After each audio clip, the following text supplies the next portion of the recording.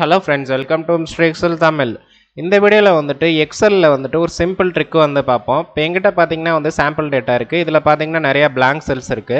அந்த blank cells மட்டும் எப்படி வந்து டிஃபரண்ட் கலர் பண்றதுன்னு பார்ப்போம். வாங்க வீடியோக்குள்ள போலாம்.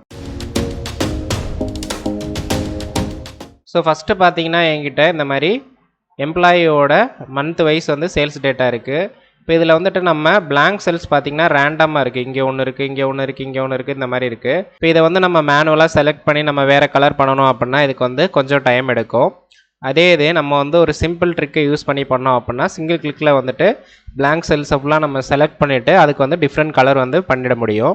வாங்க அது எப்படி பண்ணலான்னு பார்ப்போம். ஃபஸ்ட் நான் வந்து இந்த டேட்டா ஃபுல்லாக செலக்ட் பண்ணிக்கிறேன். செலக்ட் பண்ணிவிட்டு இப்போ கீபோர்ட் ஷார்ட்கட் பார்த்தீங்கன்னா Ctrl+G கொடுத்துட்டு Alt+S கொடுக்குறேன். இதுதான் வந்து கோ டு ஸ்பெஷலோடைய கீபோர்டு ஷார்ட்கட்டு. இப்போ இதே இது நீங்கள் என்ன பண்ணலாம் அப்படின்னா Ctrl+G Alt+S கொடுத்தீங்க அப்படின்னா இந்த கோ டு ஸ்பெஷல் அப்படின்ற இந்த டயலாக் பாக்ஸ் வந்து உங்களுக்கு ஓப்பன் ஆகும். இதில் பார்த்தீங்கன்னா blanks அப்படின்னு சொல்லிட்டு ஒரு ஆப்ஷன் இருக்கும்.